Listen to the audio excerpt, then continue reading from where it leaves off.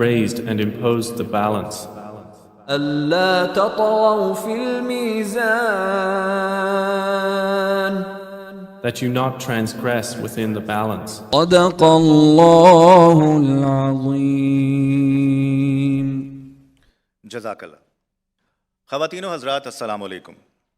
Pakistan population سمٹ کے دوسرے اور آخری روز میں خوش آمدید.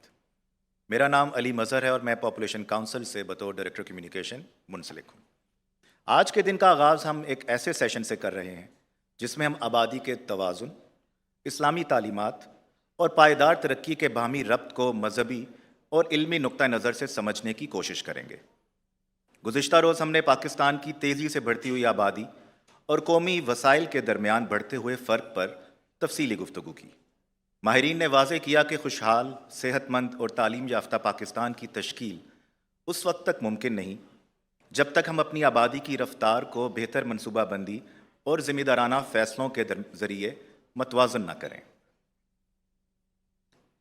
ہم نے معاشی ترقی، انسانی ترقی، نوجوانوں کا کردار، خواتین کی صحت کی فراہمی اور حکومتی اور سیاسی قیادت کی ذمہ داریوں پر بھی سیر حاصل گفتگو کی. اسی تناظر میں علماء کرام کے کردار کو سمٹ کے پہلے دن مسلسل اجاگر کیا گیا، اس بنیاد پر کہ ہماری مذہبی قیادت عوامی رویوں، سماجی اقدار اور خاندانی فیصلہ سازی پر سب سے زیادہ اثر رکھتی ہے. یہی وجہ ہے کہ 22 جولائی 2025 کو پاپولیشن کونسل اور اسلامی نظریاتی کونسل نے ملک بھر کے ممتاز علماء کے ساتھ ایک تاریخی مشاورتی اجلاس کا انعقاد کیا. اس اجلاس میں تمام مکتبہ فکر اور مسالک نے متفقہ طور پر اس حقیقت کی توثیق کی کہ بچوں کی پیدائش میں کم از کم 2 سال کا وقفہ اسلامی تعلیمات کے عین مطابق ہے. یہ اجماع پاکستان میں آبادی کے توازن کے بیانیے کو مضبوط بنیاد فراہم کرتا ہے اور آج کا سیشن بھی اسی اہم موضوع سے جڑا ہوا ہے. The ideology of population balance, آبادی میں پائیدار توازن برقرار رکھنے کے لیے نظریاتی اور علمی عوامل. اس سیشن کی صدارت کے لیے میں دعوت دوں گا وفاقی وزیر اطلاعات و نشریات محترم عطاء اللہ تارڑ صاحب کو. تارڑ صاحب نہ صرف ایک متحرک اور وژنری سیاسی رہنما ہیں بلکہ قومی بیانیے کی تشکیل و ترویج میں بھی کلیدی کردار ادا کر رہے ہیں. حال ہی میں انہیں نشان امتیاز سے بھی نوازا گیا. میں عطاء اللہ تارڑ صاحب سے درخواست کروں گا کہ وہ اسٹیج پر تشریف لائیں. آج کے سیشن کی نظامت یعنی ماڈریشن کے لیے میں دعوت دوں گا doctor Ali Muhammad Mir, senior director programmes and research population council کو، کہ وہ تشریف لائیں اور سیشن کا باقاعدہ آغاز کرتے ہوئے معزز شرکاء کا تعارف کروائیں اور انہیں اسٹیج پر مدعو کریں. شکریہ.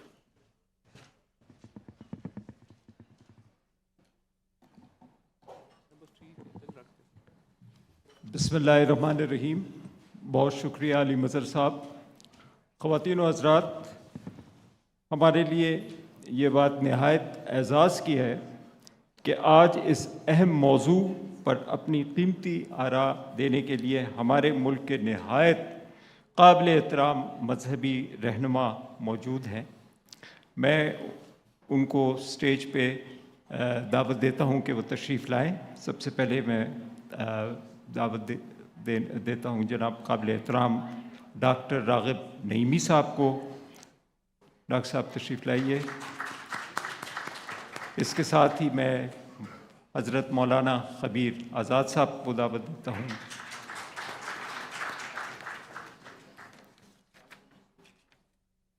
اس کے بعد میں جناب مفتی محمد زبیر عثمانی صاحب سے درخواست کروں گا کہ وہ تشریف لائیں.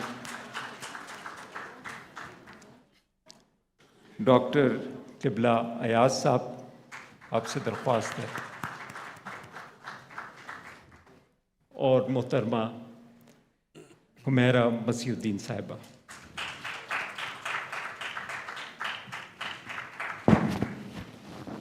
میں موقع کی مناسبت سے اپنے پینلسٹ کا تعارف کرانا چاہوں گا.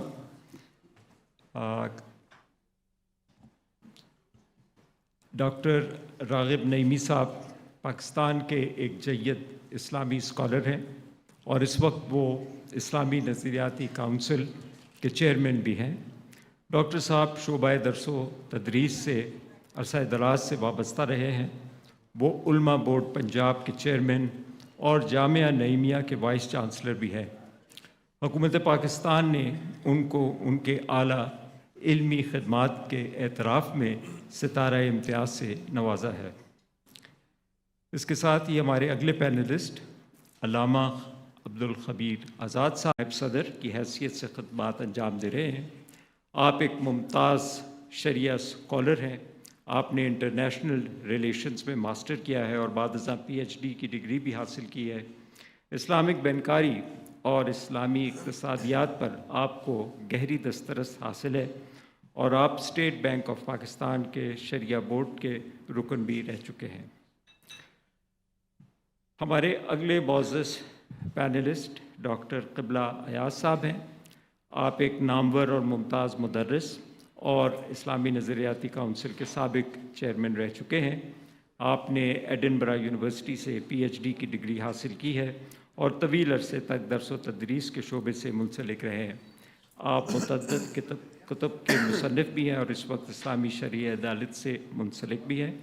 ماشاءاللہ آپ ہمیشہ خاندان کی افزائش میں ذمہ دارانہ رویے کے داعی رہے ہیں اور بچوں کے درمیان مناسب وقفے کی اہمیت پر زور دیتے رہے ہیں۔ ہماری اگلے معزز مہمان محترمہ حمیرہ مسیح الدین صاحبہ ہیں، جو کہ نہ صرف ایک عالمہ ہیں، مدرس ہیں اور سینئر قانون دان بھی ہیں، اور آپ کا درس و تدریس سے گہرا تعلق رہا ہے اور آپ انسانی حقوق کی سرگرم علمبردار بھی ہیں۔ پینل کی ابتدا میں ہماری خوش قسمتی ہے کہ آج ہمارے درمیان وزیر اطلاعات اور نشریات طاہر صاحب موجود ہیں، تو چونکہ انہوں نے ان کی وہ خواہش تھی کہ وہ سب سے پہلے اپنے کلمات کا اظہار کریں، تو میں آپ سے درخواست کروں گا منسٹر صاحب کہ آپ اپنی کی نوٹ ایڈریس کے حوالے سے خطاب کریں۔ بسم اللہ الرحمن الرحیم۔ بہت شکریہ جی۔ First of all it's a real honour being here today, and at the very outset my compliments to the Dawn media Group کہ آپ نے ہمیشہ ہی جو اہمیت کے حامل ایشوز ہیں اور جن پر بات کرنے کی سب سے زیادہ ضرورت ہے، آپ نے ہمیشہ ان پہ اس طرح کی اویئرنیس ریز کرنے کے لیے پروگرامز ہوسٹ کیے ہیں، اور پچھلی دفعہ وہ کلائمیٹ چینج کے حوالے سے تھا، اور اس سے بھی زیادہ اہم جو ہماری پاپولیشن کا ایشو ہے اس پر آج آپ نے بڑے جید علماء کو اور عالماء کو یہاں پہ مدعو کیا۔ تو میرے نزدیک سب سے پہلے تو اس بات کا ادراک بہت ضروری ہے کہ population control is an issue. جب تک اس کو ہم ایک بہت بڑا مسئلہ تسلیم نہیں کریں گے، اس کے تدارک میں مشکلات پیش آئیں گی۔ So first of all, it's acceptance اور یہ ریئلائزیشن کہ یہ ایک بہت بڑا ایشو ہے، اور ہماری اس وقت ہر سال ہم یہ اگزامپل دیتے ہیں کہ we add the population the size of New Zealand every year, یعنی نیوزی لینڈ ایک ملک ہے اور اس پورے ملک کے سائز کی پاپولیشن ہم ہر سال اپنی پاپولیشن میں ایڈ کرتے ہیں۔ آپ اگر اس کے ساتھ کلب کریں جو باقی مسائل درپیش ہیں which are linked to the population explosion، آپ اگر انفنٹ mortality ریٹ کو دیکھیں تو as per UNICEF it is, یہ 2022 کا ڈیٹا ہے کہ as per UNICEF there are 50 deaths out of 1000، اور یہ انفنٹ mortality ریٹ یہ بڑھتا جا رہا ہے۔ اب اگر آپ نیو نیٹل ہیلتھ کیئر کے اندر آئیں یا mother and child health care کے اندر آئیں یا آپ ریپروڈکٹیو ہیلتھ کیئر کے اندر آئیں تو ہم بہت ساری زندگیاں کھو دیتے ہیں which are linked to this population explosion۔ اب ایک پہلو اس کا اور اس چیز کا ادراک کہ پاپولیشن ایک ایشو ہے، میں وسائل کے اوپر بعد میں آؤں گا، اکنامک گروتھ کے اوپر بعد میں آؤں گا، ریسورسز ورسز پاپولیشن جو توازن کی بات کی گئی اس پہ میں بعد میں آؤں گا، مگر سب سے پہلے جو بنیادی حق ہے زندگی کا وہ اس مسئلے کے ساتھ منسلک ہے۔ The right to life is the first and basic human right, اور اگر وہ رائٹ ٹو لائف امپیڈ ہو جائے ایک پاپولیشن کے مسئلے کی وجہ سے یا اس مسئلے کو تسلیم نہ کرنے کی وجہ سے یا اس مسئلے کی ریئلائزیشن نہ ہونے کی وجہ سے، تو یہ بہت بڑا المیہ ہے. اور اس میں دیکھیے، اگر میں بات کروں تو پوری سوسائٹی میں ایز اٹ از ایک پیٹریارکل اسٹرکچر ہے and it's a male dominated society. سب سے پہلے تو ہم اس بات کو تسلیم کریں، where the health of the mother is a secondary issue. اور وہ لیک آف اویئرنیس کی وجہ سے اکثر اوقات وہ اگنور ہو جاتا ہے. اینڈ اس میں ذمہ داری کا احساس کیا ڈان میڈیا گروپ نے. As I said, my compliments and it's a great initiative. اور اس سے ہمیں بھی یہ موقع ملا کہ ہم اپنی بھی غلطیوں کو تسلیم کریں کہ raising awareness is the responsibility of every member of the society. وہ علماء نے بھی کرنا ہے، وہ حکومت نے بھی کرنا ہے، وہ ہیلتھ کے اداروں نے بھی کرنا ہے، وہ میڈیا نے بھی کرنا ہے، وہ سول سوسائٹی نے بھی کرنا ہے، وہ قانون دان نے بھی کرنا ہے، وہ صحافی نے بھی کرنا ہے. So my point is that rights and responsibilities are linked with this issue. اور یہ جو رائٹس اور رسپانسبلٹیز ہیں، یہ ہیلتھ بھی انہی رائٹس اور رسپانسبلٹیز کے زمرے کے اندر آتا ہے. تو یہ جو مسائل ہیں جس سے رائٹ ٹو لائف جو ہے وہ افیکٹ ہو رہا ہے، جیسے میں نے بات کی ریپروڈکٹیو ہیلتھ کی، ہیلتھ آف دا مدر کی، نیونیٹل ہیلتھ کی، انفنٹ مورٹیلٹی کی، یہ جو 4-5 ایشوز ہیں یہ تب تک ایڈریس نہیں ہوں گے جب تک اس ایشو کے اوپر ہم اویئرنیس زیادہ سے زیادہ کریٹ نہیں کریں گے. اینڈ اف دس کنٹینیوز، اور اس بات کا اگر تخمینہ لگایا جائے کہ ہر سال انفنٹ مورٹیلٹی ریٹ تو میں نے آپ کو بتا دیا، مگر ہر سال how many mothers we lose because of lack of awareness on this issue, then I would not be wrong if I call it criminal negligence on our part. And when I say us, I mean it's our collective responsibility. تو یہ سب سے پہلا اس کا پہلو awareness کا ہے with regard to health of the mother, health of the child, and raising awareness to that end. اور میں نے اس پہ جب روشنی ڈالی تو میں اس پہ یہ بھی چاہوں گا کہ آج ہم صرف اس پر بات چیت کر کے سیشن کو برخاست نہ کریں، مگر میری ایک ڈیوٹی ہے ایز اے لیجسلیٹر بھی. I am here in 2 capacities. As Minister for Information and Broadcasting, and raising awareness is my primary responsibility which I own. But as a legislator, what can both houses of parliament do in this regard? And اکثر بات ہوتی ہے، میں چھوٹی سی آپ کو ایک بات بتاؤں، ہمارے ہاں نیو نیٹل ہیلتھ کیئر اپنی جگہ پہ، انفنٹ مورٹیلٹی اپنی جگہ پہ، ریپروڈکٹیو ہیلتھ اپنی جگہ پہ. میں نے فلور آف دا ہاؤس یہ بات کی. ویئر اے سوسائٹی جس میں پوسٹ پارٹم ڈپریشن کو بھی ریکگنائز نہیں کیا جاتا ایز اے پرابلم، اینڈ اس کی بھی اویئرنیس نہیں ہے. That is a consequence, that is a consequential problem. کہ جب مینٹل ہیلتھ کی بات آتی ہے تو post partum depression is also reality which should be realized, which should be accepted. اور اس کے تدارک کے لیے بھی جہاں ہم ہیلتھ کی بات کرتے ہیں linked to the population problem، وہاں پہ مینٹل ہیلتھ بھی اس کا ایک بہت بڑا ایسپیکٹ ہے جس کے بارے میں بات نہیں کی جاتی. تو میں یہ چاہوں گا کہ آج ہم جب اس موضوع پر اکٹھے ہوئے ہیں اور بات کر رہے ہیں تو اس کے ہیلتھ کے ایسپیکٹس کے حوالے سے، اس کے مینٹل ہیلتھ کے ایسپیکٹس کے حوالے سے، اور رائٹ ٹو لائف کے امپیڈ ہونے کے حوالے سے ہم ایک لاہ عمل ضرور اختیار کریں کہ ایز اے لیجسلیٹر ہم اس میں کیا کردار ادا کر سکتے ہیں. What role can both houses of parliament play in this regard. And then moving forward, میں ایک ہیلتھ کا ایسپیکٹ اس کا ڈسکس کیا اور ہیلتھ کے ایسپیکٹ کے جو ڈفرینٹ اس کے کانٹورز ہیں وہ ڈسکس کیے. Moving forward I think resources is a secondary issue. Because at one hand you're losing lives, you're jeopardizing the health of a large population due to lack of awareness, due to lack of education, due to religious misconceptions. And on the other hand, you have a debate of a balance between resources and the increasing population. Yes, we will not be able to achieve the desired growth rate. Yes, we will have problems with our economy. Yes, there will be less resources to go by. اور اس میں توازن بہت ضروری ہے.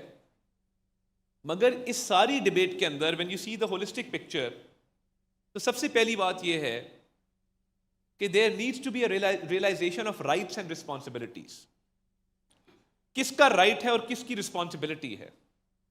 And I say this with regard to women specifically. اور آپ اگر contribution دیکھیں, because I said it's a patriarchal society and ہمارے ایشوز ہیں اس حوالے سے. آپ ورکنگ ویمن کا ریشیو دیکھیں تو ہماری ریجن کے اندر بھی وہ باقی ریجن سے کم ہوگا. Yes, there are brilliant women out there breaking the glass ceilings every other day and making us immensely proud. But this is also a societal problem which needs to be addressed. اور یہ بھی through awareness and education ہوگا. So I think we need a multi-pronged strategy جس میں education کا بھی role ہے along with awareness, جس میں ریلیجیس کلیرکس کا بھی رول ہے جو بہت ہی قابل احترام لوگ میرے رائٹ اور لیفٹ اسٹیج پر تشریف فرما ہیں. So with regard to raising awareness, I would like to propose a few solutions. So just stop me when you have to. We don't listen, we have a habit of talking all the time. So I'll just conclude in a minute. So میرے کہنے کا مقصد یہ ہے کہ اس میں one size fits all awareness strategy شاید نہیں چلے گی, اور ڈفرینٹ آڈینسز کے لیے وی نیڈ ٹارگیٹڈ میسیجنگ, اور اس میں ہمارے میسنجرز کون ہیں یہ بات انتہائی ضروری ہے. تو جب ہم ریلیجس سیگمنٹ کے پاس جاتے ہیں تو آئی تھنک ان سے بہتر اس میں روشنی کوئی نہیں ڈال سکتا کہ religion is not an impediment. Religion آپ کی ہیلتھ کی رسپانسبلٹی کو بھی ہائی لائٹ کرتا ہے, ماں کے حقوق کو بھی ہائی لائٹ کرتا ہے, خاوند کی جو رسپانسبلٹیز ہیں ٹورڈز دا وائف اس کو بھی ہائی لائٹ کرتا ہے, اور بچوں کی ہیلتھ کو بھی ہائی لائٹ کرتا ہے, اور ایک اعتدال اور توازن کو, ایک بیلنس کو بھی ہائی لائٹ کرتا ہے. So these were my very heartfelt suggestions and thoughts to which I would also like to state that if a joint working group can be constituted today, and with the charter of demands which can come from the Dawn Media Group in light of the discussion of various panels that has been held, I'll be very grateful, and with that I'll conclude my introductory remarks. Sir, thank you very much. I think it's a brilliant suggestion, and inshallah we'll come up to that, what you have asked us to do. We'll definitely do that. And very rightly you have mentioned that right to life is a basic human right, and it is being trampled by the rapid increase in our population, manifesting itself in this form of the maternal deaths that are taking place. Nearly 3,000 deaths, maternal deaths, can be directly attributed to lack of spacing between births. So, sir, thank you very much, and also for the suggestion for establishing this working group, as well as targeted messages that we should be issuing. So, thank you very much, sir. خواتین و حضرات, جب بھی آبادی کے حوالے سے کبھی بھی کوئی کسی بھی فورم پہ جب بھی بات ہوتی ہے تو ہمیشہ یہ ایک سوال اٹھتا ہے کہ اس موضوع کے اوپر ہماری دینی تعلیمات کا کیا موقف رہا ہے. اور ہم سمجھتے ہیں کہ اس کی ایک بنیادی وجہ یہ ہے کہ 1960 کی دہائی میں جب حکومتی سطح پر آبادی کے حوالے سے پروگرام کا ابتدا ہوا تھا تو شاید اس وقت ہم نے اپنے مذہبی اسکالرز اور مذہبی رہنماؤں کی معاونت حاصل نہیں کی, ان کی رہنمائی حاصل نہیں کی, اور جو بیانیہ اس وقت تشکیل دیا گیا اس کو پھر عوام کی نہ صرف پذیرائی مکمل طور پہ حاصل نہ ہوئی بلکہ ہمارے علماء اکرام کے بھی اس کے اوپر کچھ تحفظات تھے. تو اس سلسلے میں اب اللہ کا شکر ہے کہ ہمارے علماء اکرام کی معاونت سے ہم نے ایک نئے بیانیے کو جو کہ حقوق, ذمہ داری اور خاندان کی فرد اور وسائل کے درمیان توازن پہ مبنی ہے, ایک نیا بیانیہ تشکیل دیا ہے.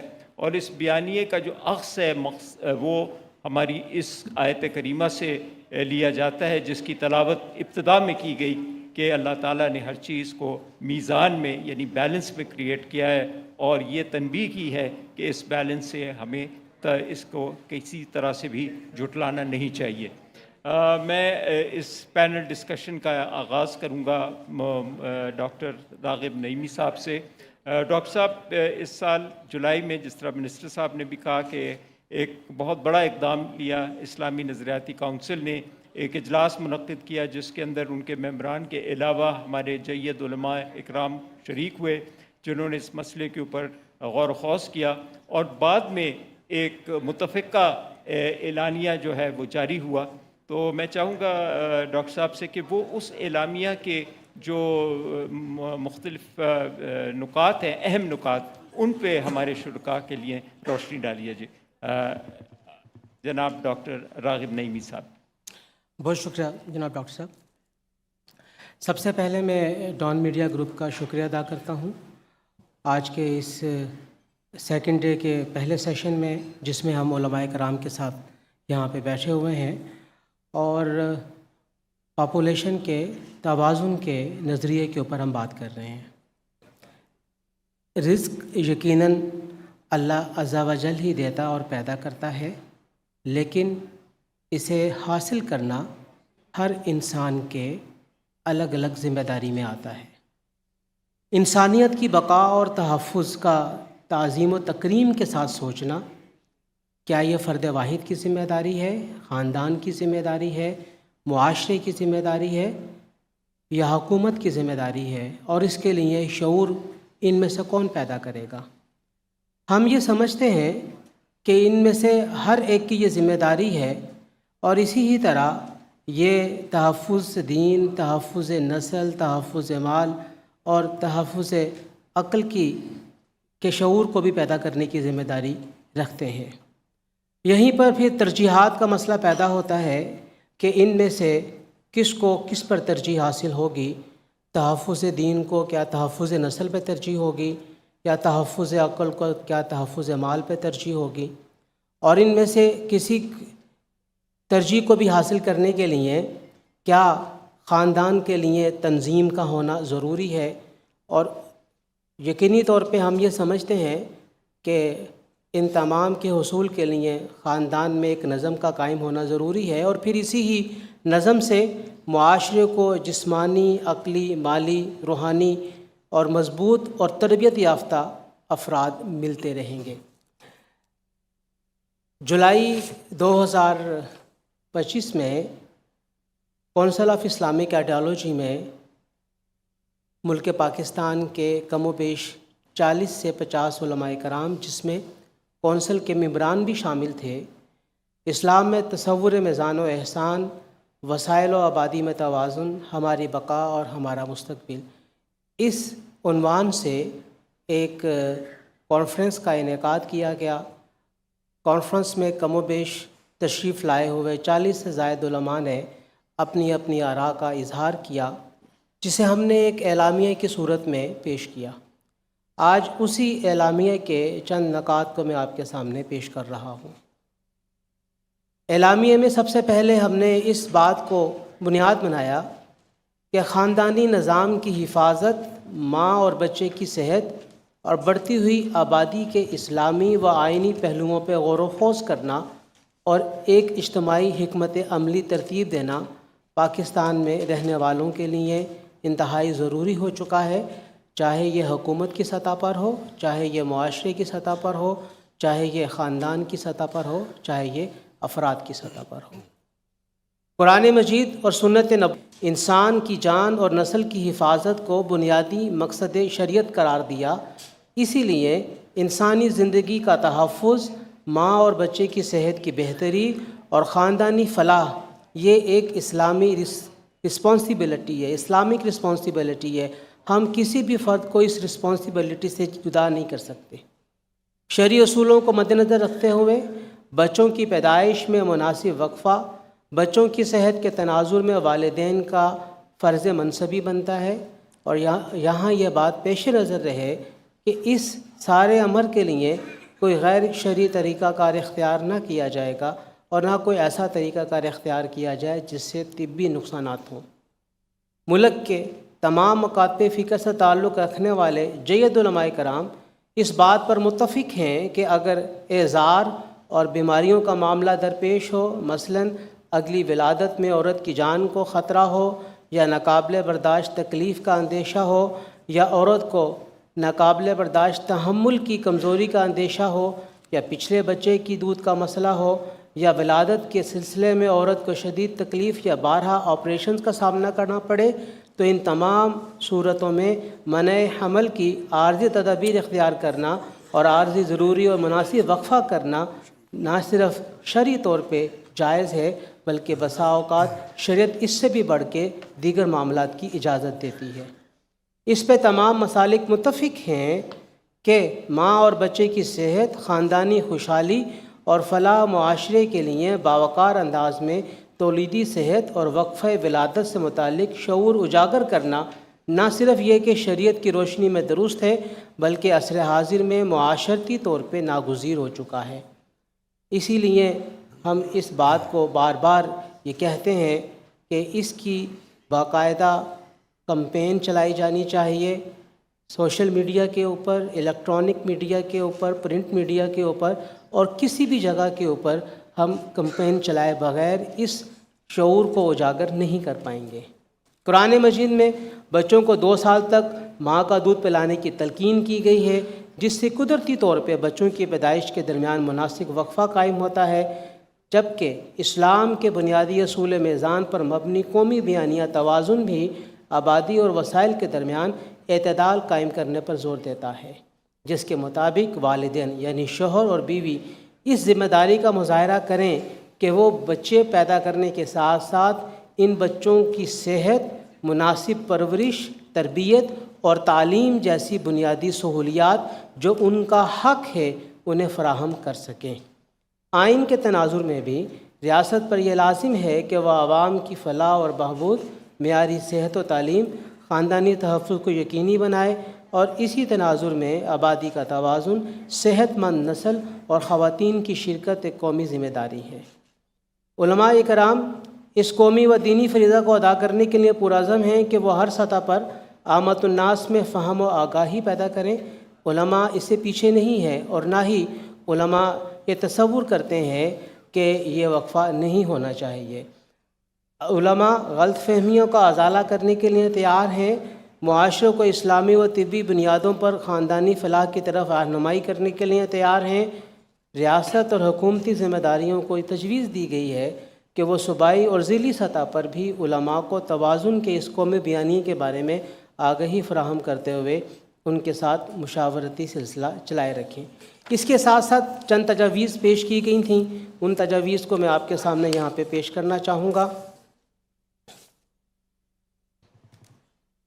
لاہ عمل یہ ہو کہ یہ جو سلسلہ پروگرام برائے اجاگر شعور یہ قومی لیول سے لے کر یوسی لیول تک ہونا چاہیے اور درجہ بدرجہ ہونا چاہیے۔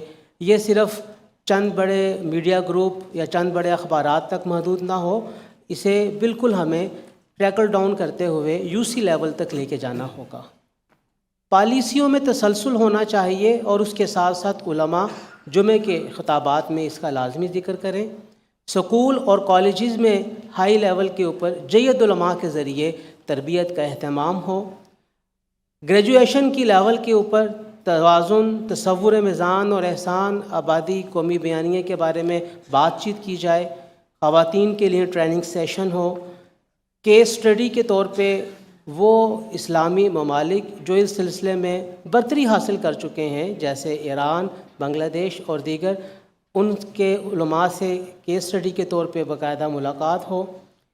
تھنک ٹینک بنائے جائیں جو مسلسل کام کریں اور احادیث مبارکہ اور قرآن کریم کی آیات مبارکہ سے استشہاد رکھیں اور جو اصول تقدیم الاہم فی الاہم ہے اس کے مطابق معاملات کو لے کر چلیں۔ وسائل کا توازن بھی ہمیں دیکھنا ہے، فی کس آمدنی میں اضافے کی طرف بھی ہمیں جانا ہے، وَأَقِیمُوا الْوَزْنَ بِالْقِسْطِ کے اوپر ہمیں کام کرنا ہے اور چھوٹے شہروں کو اس معاملے میں خصوصی طور پہ ترجیح دی جائے۔ بڑے شہروں میں تو معاملات چلتے ہیں لیکن شہروں میں، چھوٹے شہروں کے اندر یہ بات ٹریکل ڈاؤن نہیں ہوتی۔ اور اس کے ساتھ ساتھ یہ کہ شہروں کی بھی حد بندی ہونی چاہیے اور نئے چھوٹے شہر بسائے جانے کی طرف توجہ ہونی چاہیے۔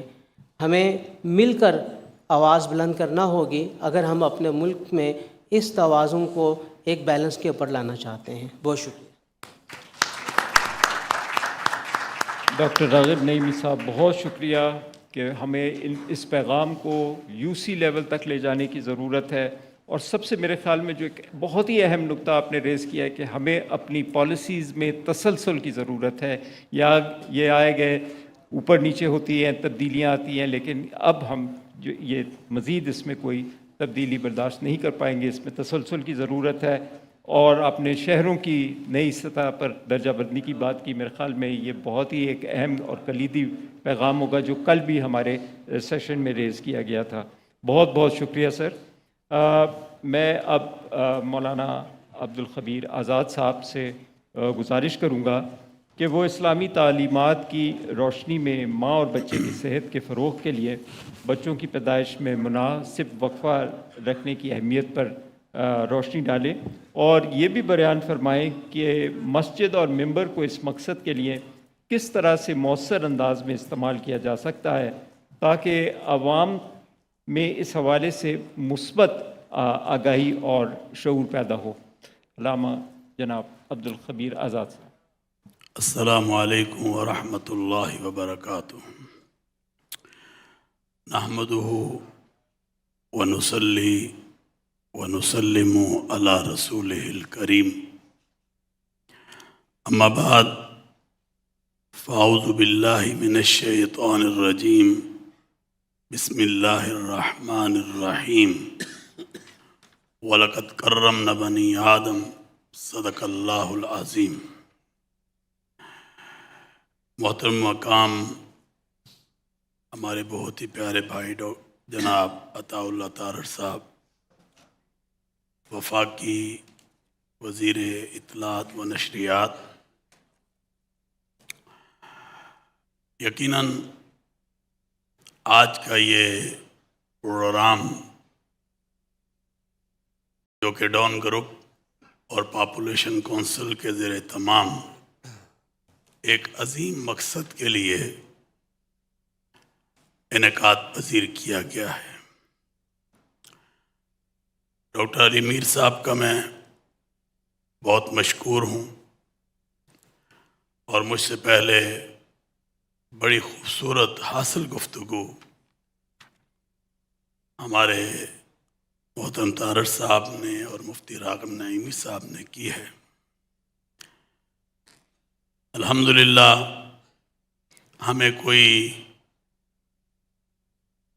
15 سال کے قریب ہو گئے ہیں کہ ہم اس پاپولیشن کونسل کے ساتھ اس حوالے سے کام کر رہے ہیں جو کہ آج کا عنوان ہے. اور مجھے خوشی ہے کہ جیسے ابھی نظریاتی کونسل کی بات کی گئی کہ ہم نے پچھلے دنوں یہاں پر پروگرام کو انعقاد کیا، اور توازن کے حوالے سے، آبادی کے بڑھنے کے حوالے سے، اور ماں اور بچے کی صحت کے حوالے سے ہم نے گفتگو کو بڑھایا. الحمدللہ آپ جانتے ہیں کہ ممبر و محراب ایک عظیم پلیٹ فارم ہے جہاں پر عوام بہت زیادہ قریب ہے، اور اس تک اویئرنس اور بیداری کو پیدا کرنا یقیناً ہم سب کی ذمہ داری ہے. اور اللہ تعالیٰ کا یہ شکر ہے کیونکہ ہم دیکھتے ہیں ایسے عنوانات جب آتے ہیں تو لوگ کچھ نہ کچھ بات کرتے ہیں، اور اس میں بالخصوص یہ کہا جاتا ہے شاید یہ بار کا کوئی ایجنڈا ہے، مگر ہم یہ سمجھتے ہیں کہ انسان کی جو زندگی ہے وہ بڑی قیمتی ہے. جب ہم نے اس اویئرنس کو پیدا کیا کہ ایک انسان کی جان کو بچانا پوری انسانیت کی جان کو بچانے کے مترادف ہے، اور پھر اس کو جب ہم لے کر چلے اور اس میں سے پھر ہم نے ماں اور بچے کی صحت کے حوالے سے جب بات کی تو لوگوں کو یہ سمجھ آئی کہ ہاں یہ ایک عظیم مقصد ہے اور اس مقصد کے لیے ہمیں آگے بڑھنا چاہیے.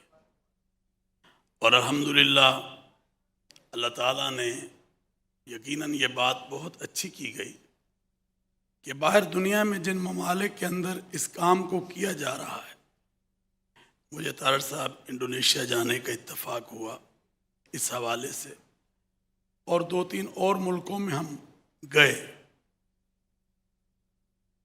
اور اس کے اندر یہی تھا کہ ہم وہاں کی مساجد میں دیکھیں کہ اس پر کیسے کام ہو رہا ہے. تو ہم نے دیکھا قبلہ صاحب کہ وہاں پر یہ مسجد کے اندر ان تمام، کیوں مسجد ایک مرکز ہے، اور میں یہ سمجھتا ہوں کہ جو بات ہم مسجد سے یا ممبر سے یا محراب سے کر سکتے، اور جو لوگ اس کو سمجھتے ہیں اور جو لوگ اس سے اویئرنیس حاصل کرتے ہیں، شاید وہ کسی اور جگہ پر ممکن نہیں.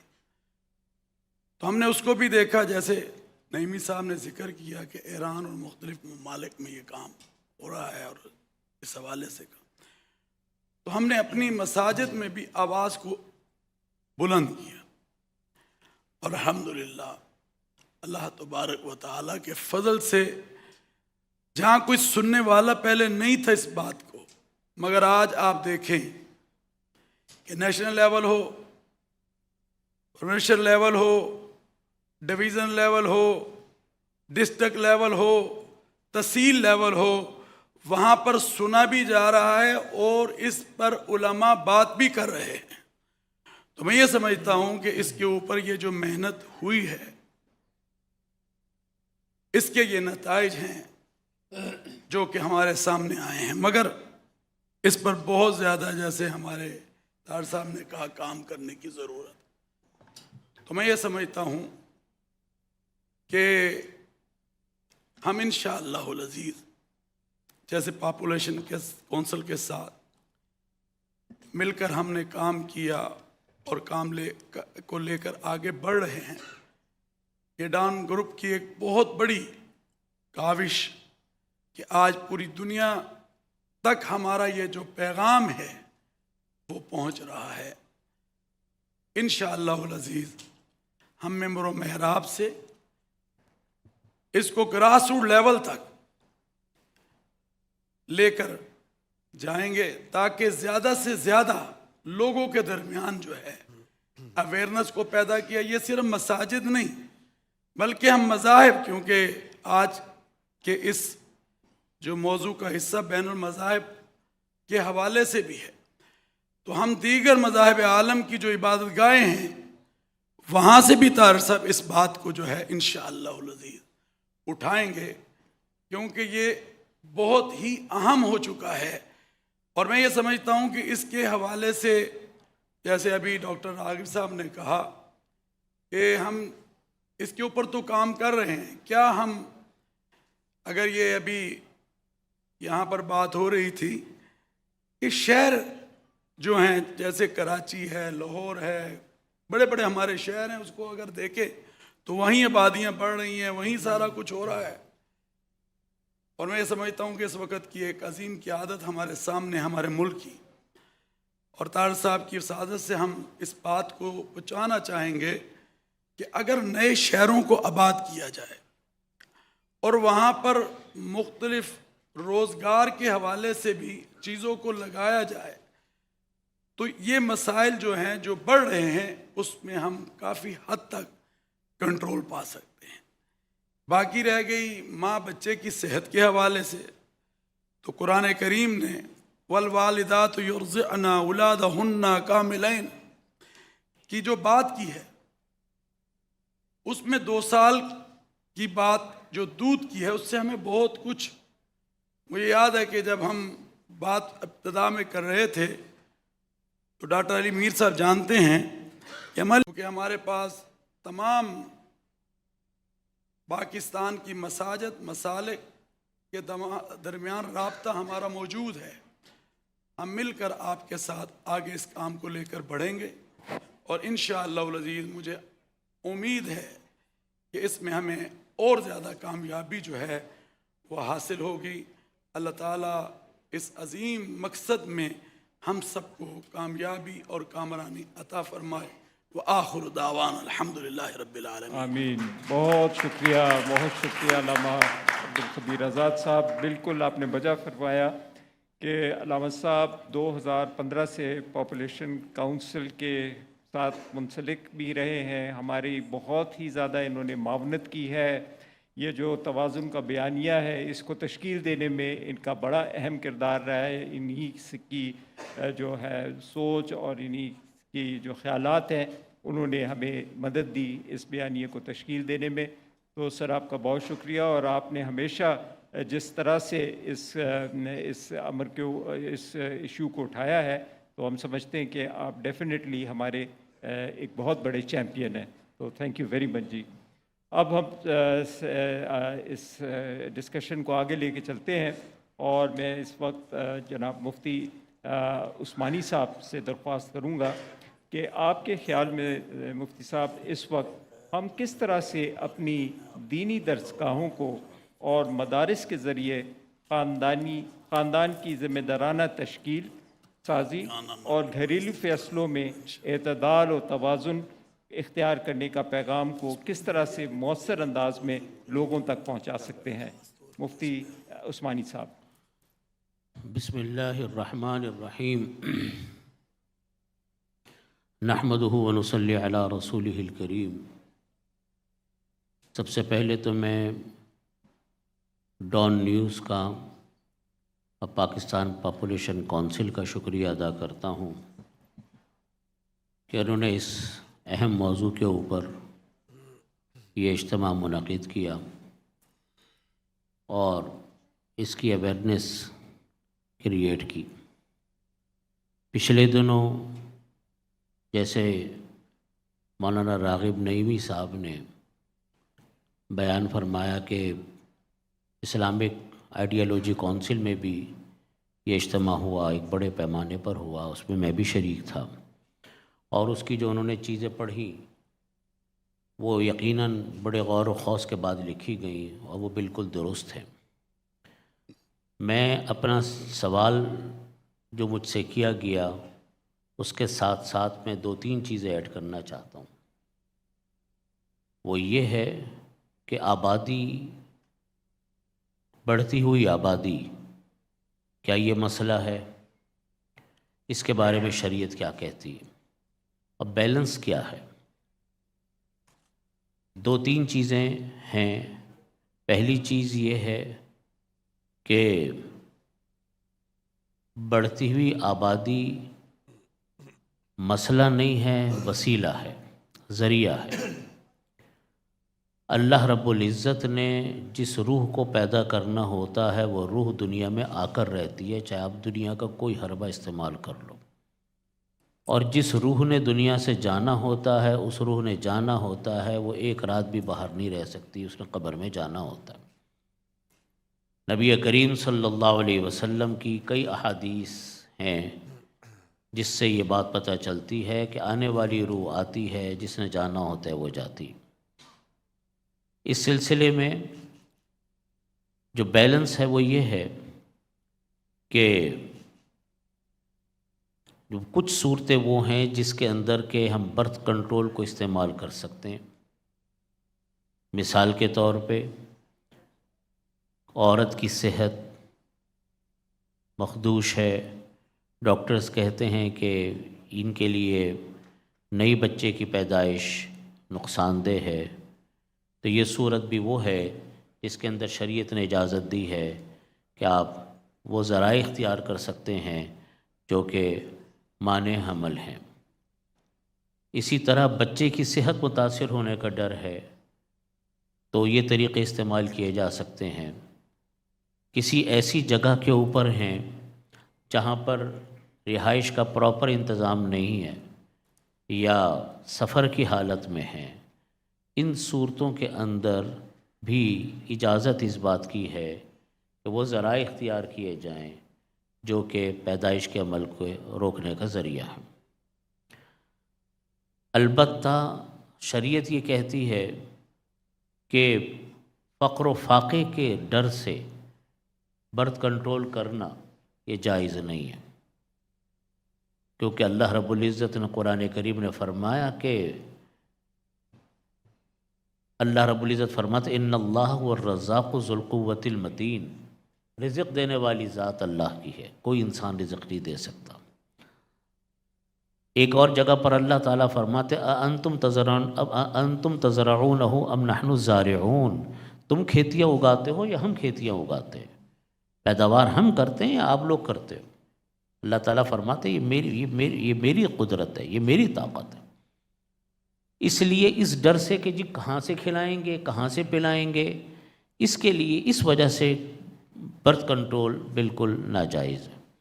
یا اس ڈر سے کہ لڑکی پیدا ہوگی، ہم لڑکی کی پیدائش سے بچنا چاہتے ہیں، اس بنیاد کے اوپر بھی یہ طریقہ اختیار کرنا یہ درست اور جائز نہیں ہے۔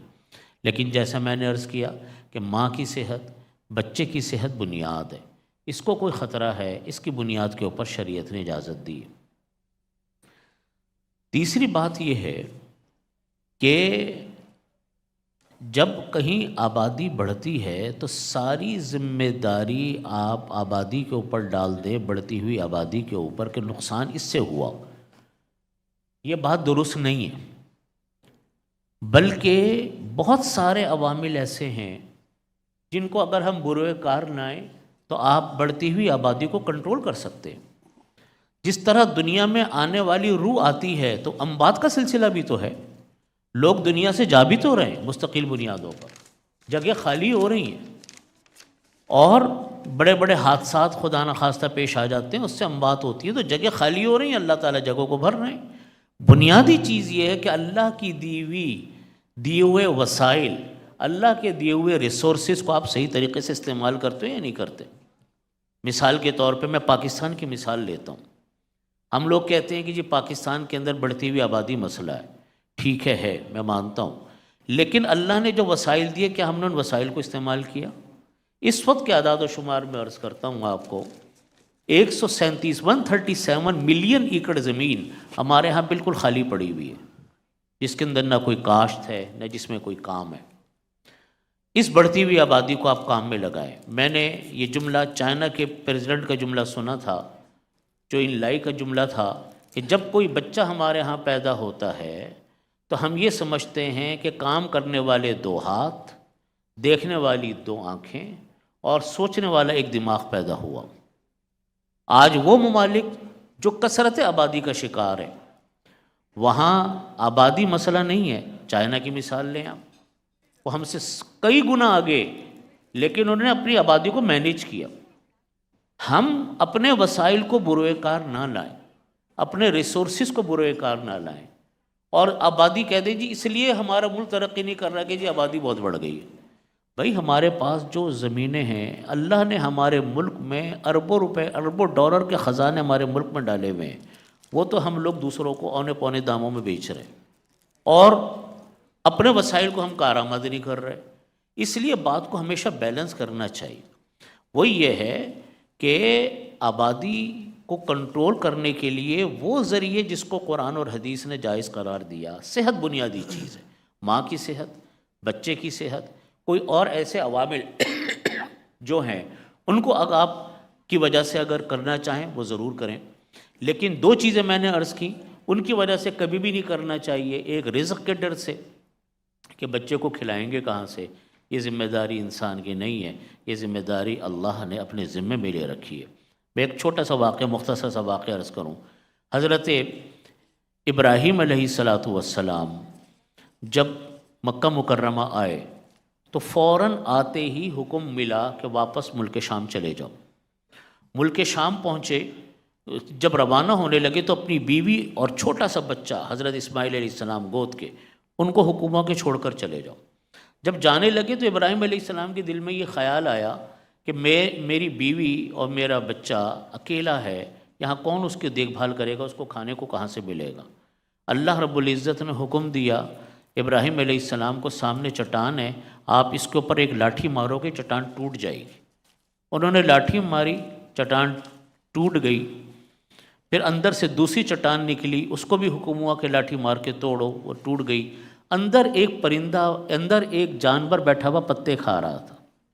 اللہ نے ابراہیم علیہ السلام کو بتایا کہ دیکھو جو ذات ان 3 چٹانوں کے اندر اپنی مخلوق کو رزق دے سکتی ہے، وہ تمہاری بیوی اور تمہارے بچوں کو بھی رزق دے سکتی۔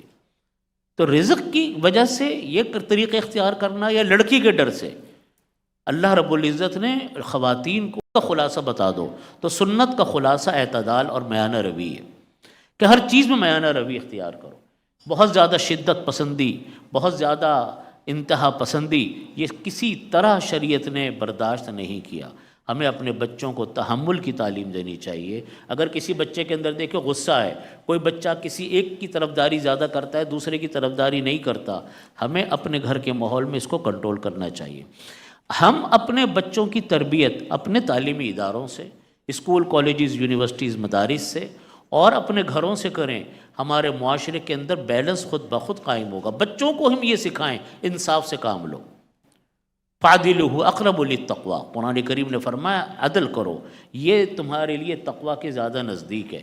بچوں کو یہ بات سکھائیں، میانہ روی، انصاف، ہر ایک کے ساتھ انصاف کا معاملہ کریں، غیر مسلم ہو، مسلمان ہو، جانور ہو، انسان ہو، انصاف اور اعتدال اور میانہ روی یہ اسلام کی بنیادی تعلیمات کا حصہ ہے۔ اس کا ہمیں بہت اہتمام کرنا چاہیے۔ جب ہم اس کا اہتمام کریں گے تو اس کا ہمیں فائدہ ہوگا۔ بہت بہت شکریہ مفتی صاحب، اور جس طرح سے آپ نے کہا کہ سنت کا جو خلاصہ ہے وہ اعتدال اور میانہ روی ہے، اور یہی آج کے اس اہم پینل ڈسکشن کا جو ہے وہ اخذ ہے۔ خواتین و حضرات، جس طرح کہ میں نے شروع میں کہا کہ پاپولیشن کونسل علماء اکرام کی معاونت اور ان کی رہنمائی میں کام کرتا آ رہا ہے۔ 2015 سے یہ ایک جہد مسلسل رہی ہے، اور ایک نیا بیانیہ جو توازن کا ہے اس کو تشکیل دیا گیا۔ اس بیانیے کو اپروو کرانے میں اس وقت ہمارے اسلامی نظریاتی کونسل کے جو چیئرمین تھے ڈاکٹر قبلہ ایاز صاحب، ان کا بہت کلیدی کردار رہا ہے کہ اس بیانیے کو وہ فیڈرل ٹاسک فورس میں جس کی سربراہی صدر پاکستان کر رہے تھے وہاں یہ لے کے گئے، اور وہاں پہ فیڈرل ٹاسک فورس نے اس کو پوری طرح سے اپروو کیا، اور اس کے لیے ہم ان کے انتہائی مشکور ہیں۔ تو قبلہ ایاز صاحب، جس طرح میں نے پہلے کہا کہ یہ ہمیشہ سے ہمارے ان کے پیغامات جو ہیں ہم ذرائع ابلاغ کے ذریعے، اور خاص طور پہ جب کووڈ ہوا تھا تو پھر تب بھی ہم نے ان کا تولیدی صحت کے حوالے سے ان کے پیغامات ریکارڈ کیے، جو کہ پھر ٹیلی ویژن پہ بھی نشر ہوئے۔ تو ڈاکٹر صاحب، میں آپ سے یہ پوچھنا چاہوں گا کہ آپ کے خیال میں ہم ذرائع ابلاغ کو کس طرح سے مؤثر طور پر استعمال کر سکتے ہیں تاکہ خاندانی منصوبہ سازی کے حوالے سے لوگوں کے ذہنوں میں جو ابہام اور غلط فہمیاں موجود ہے ان کا ازالہ کیا جا سکے؟ ڈاکٹر قبلہ ایاز صاحب۔ نحمدہ ونصلی ونسلم علی رسولہ الکریم، اعوذ باللہ من الشیطان الرجیم، بسم اللہ الرحمن الرحیم۔ بہت پرمسرت لمحات ہیں کہ یہ تقریب پاپولیشن کونسل اور میڈیا کے بہت بڑے گروپ ڈان گروپ کے زیر اہتمام برپا ہے، اور اس کی صدارت ہمارے بہت ہی محترم جناب وزیر اطلاعات و نشریات جناب محترم تارڑ صاحب فرما رہے ہیں، جو کہ ہمارے اس کام کے حوالے سے یقیناً بہت ریلیونٹ ہے منسٹری، اور جید ترین علماء جو اس وقت پاکستان میں ہیں وہ ہمارے سامنے موجود ہیں۔ اسلامی نظریاتی کونسل جو کہ ایک آئینی ادارہ ہے، اور پاکستان کے 1973 کے آئین میں اس کی باقاعدہ چیپٹر 9 میں پروویژن ہے۔ ان کے سابق سربراہ بھی تشریف فرما ہیں، انہوں نے بہت خوبصورت انداز میں ابھی جولائی میں اس حوالے سے جو تقریب ہوئی تھی جید علماء کرام کی، اس کی تفصیل بتائی۔ مجھے خوشی ہے کہ جناب میر صاحب نے اس کوشش کا ذکر کیا جو اسلامی نظریاتی کونسل نے اس میں لیڈ لی، اور آج کی جو اصطلاح ہے توازن آبادی، اس اصطلاح کو ایک لحاظ سے یوں سمجھیں کہ کوائن کیا، اور اس کا پس منظر یہ تھا کہ اس تصور کی جو ابتدا ہے 1960 کی دہائی میں، اس وقت اس کو کہا گیا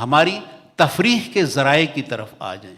اب ہمارے ہاں آپ خود اسلام آباد میں دیکھیں کہ اسلام آباد میں کوئی اس قسم کا میدان، اس قسم کے باغات، اس قسم کے انتظامات نہیں ہے کہ خاندان کے لوگ اپنے بچوں کے ساتھ، اپنی بیگم کے ساتھ، اپنے رشتہ داروں کے ساتھ تفریح کے لیے جائیں. ایک کنجسٹس، ہمارا فیڈرل کیپٹل جو ہے اتنا کنجسٹڈ ہو گیا ہے کہ اب لوگ باہر نہیں نکلتے. تو یقیناً یہ جو ہماری ایک کمی ہے، اس کی وجہ سے آبادی میں اضافہ ہو رہا ہے. باہر ملکوں میں آپ دیکھیں تو وہاں خاندان کے لیے تفریح کے بڑے مواقع ہیں. تو تفریح کے مواقع کی طرف آنا چاہیے. میڈیا کا بڑا اہم کام ہے کہ میڈیا اگر یہ دکھائے کہ کس طریقے سے بڑی آبادی کی وجہ سے، غیر متوازن آبادی کی وجہ سے صحت کے مسائل ہو رہے ہیں، غیر متبادل آبادی کی وجہ سے تدبیر منزل کے مسائل ہیں، کس طریقے سے ہمارے شہر جو ہیں وہ آلودہ ہیں، کس طریقے سے ہمارے شہر جو ہیں غیر صحت مندانہ ہیں.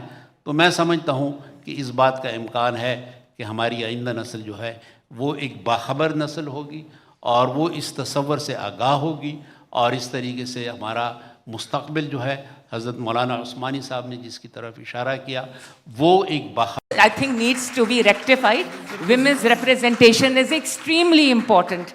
میں آپ نے قرآن اور سنت کی روشنی میں عورت کا مقام جو ہے ایکسٹریملی امپورٹنٹ. تو اس سے پہلے کہ ہم بات کریں کہ بیوی کا کیا رول اور فنکشن اور مقام ہے، میں ایک آیت ادھر کوٹ کرنا چاہتی ہوں. زیادہ وقت نہیں ہے تو ڈیٹیل میں نہیں جاؤں گی. یہ آیت 9 ہجری میں towards the end of رسول اللہ صلی اللہ علیہ وسلم's life, this ayat was revealed and it is supposed to be the last ayat on gender relations. سورہ توبہ کی آیت ہے جی، آیہ نمبر 71. والمؤمنون والمؤمنات بعضهم اولیاء بعض، کہ مومن مرد اور مومن عورتیں ایک دوسرے کے allies ہیں. This is the Quranic model of intergender relations in society. معاشرتی لیول پہ آپ ایک دوسرے کے allies ہیں، ایک دوسرے کے guardians ہیں، حتیٰ کہ اردو کے ترجمے میں رفیق اور مددگار کا لفظ استعمال کیا گیا ہے. اب یہی لوگ جب ازواجی تعلقات میں منسلک ہوتے ہیں تو سورہ بقرہ کی مشہور آیت ہے وَلَهُنَّ مِثْلُ الَّذِي عَلَيْهِنَّ بِالْمَعْرُوفِ, and for women are rights over men similar to those of men over women.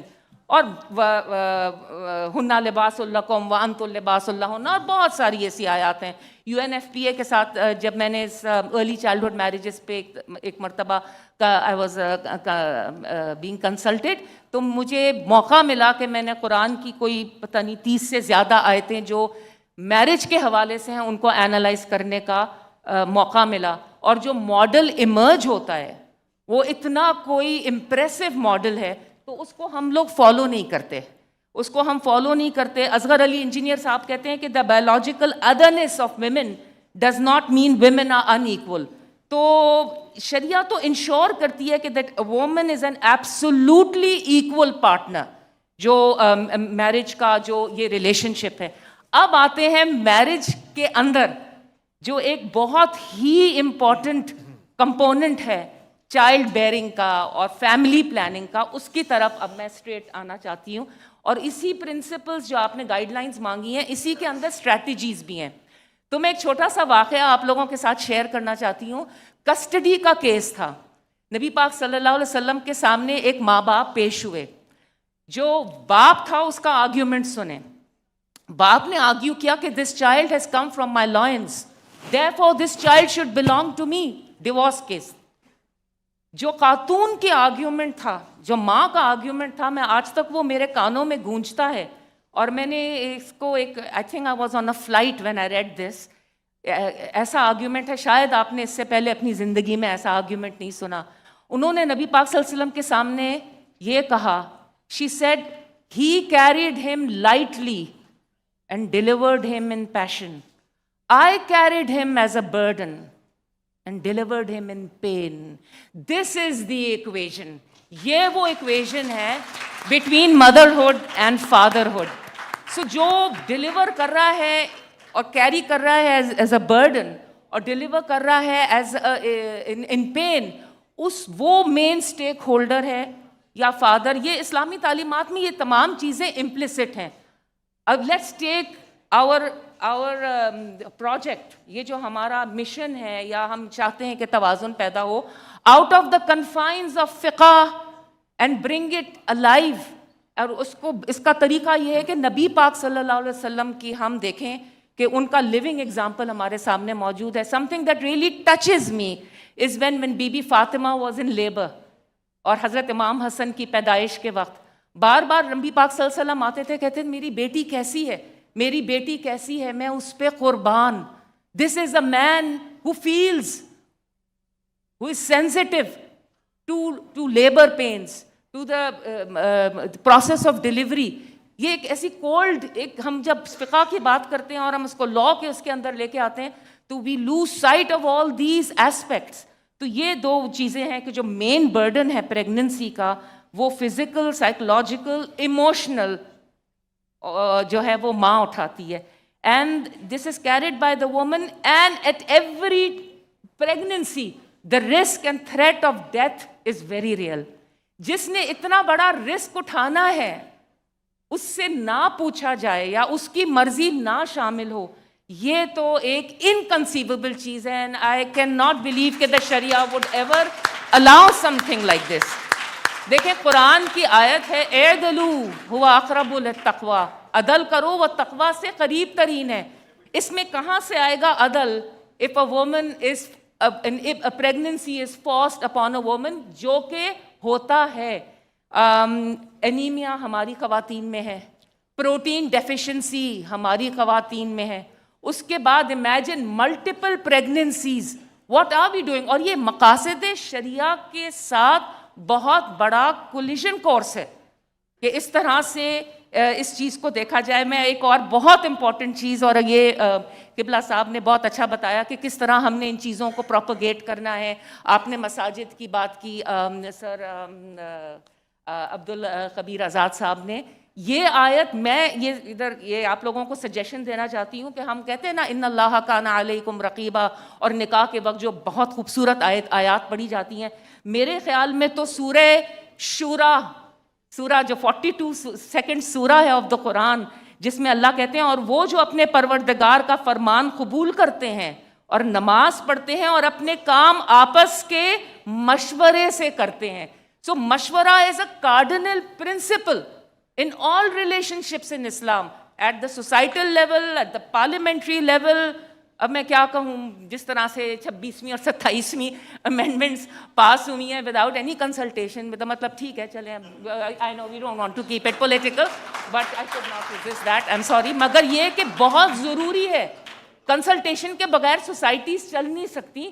So how can a marriage جس کے اندر اتنی امپورٹنٹ چیز کے اوپر کنسلٹیشن اور کنسنٹ نہ ہو, اس کا کیا ہم وہ کر سکتے ہیں؟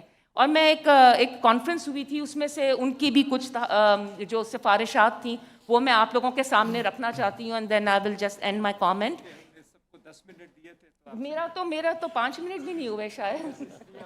آئی ایم جسٹ وائنڈنگ اپ جی, کہ ناٹ اے سنگل ورس ان دا قرآن, قرآن کی ایک ورس نہیں ہے. اور یہ grand Mufti of Egypt, grand امام الازہر یونیورسٹی کے شیخ جادل حق علی جادل کہتے ہیں قرآن میں ایک ایسی سنگل آیت نہیں ہے which prohibits the prevention of pregnancy or the diminution of the number of children. On the other hand, there are several traditions of the prophet that indicate that it is permissible. وہ کہتے ہیں 32 authentic ahadith ہیں اس چیز کے حوالے سے on the practice of al-azal, which is coitus interruptus, جو کہ عورت کی پرمیشن کے بغیر by the way نہیں ہو سکتا. اور اس کے اوپر اگر قیاس کریں ان حدیث پہ تو دوسری بھی جتنی میتھڈز ہیں of contraception, they are also acceptable in شریعت. ایک بہت امپورٹنٹ چیز ہے, and then I'm just ending, جہاں پر اکنامک نہیں, ایموشنل, بایولوجیکل, ہیلتھ, ساری کنسیڈریشنس کے علاوہ میں ایک چھوٹی سی ایک سورہ نور کی ایک آیت ہے, آیت نمبر 32, کہ آپ میں سے جو استطاعت رکھتے ہیں وہ شادی کریں اور جو نہیں رکھتے وہ چیسٹٹی کی طرف جائیں.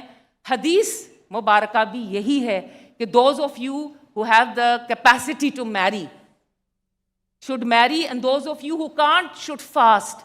تو اکنامک کنسیڈریشنز کو اور سوسائٹی کے مٹیریل جو ریالٹیز ہیں ان کو مد نظر نہ رکھنا یہ بھی شریعت کا حصہ نہیں ہے. شریعت is very very cognizant of economic and material resources.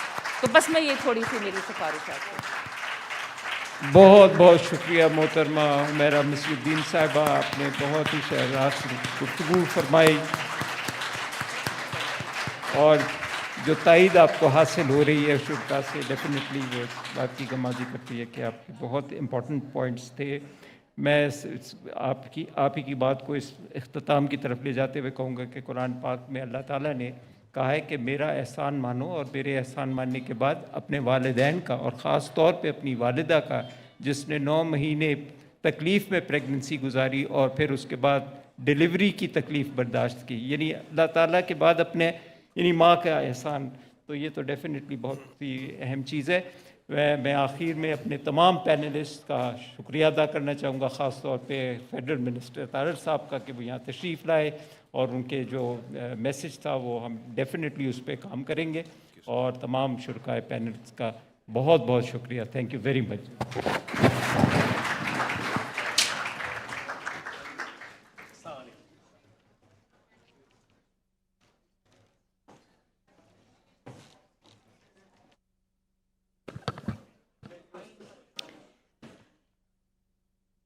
Assalamu alaikum, welcome. We will now be moving forward to session 9, which is titled as Population Challenges for a Highly Urbanized Pakistan in 2050. Our in-person participants for this session are Barrister Murtaza Wahab Siddiqui, Mayor of Karachi and Chairman Karachi Water and Sewerage Corporation, and Aisha Laghari, Country Director in Pakistan, Population Services International. Can I request you both to please come on stage?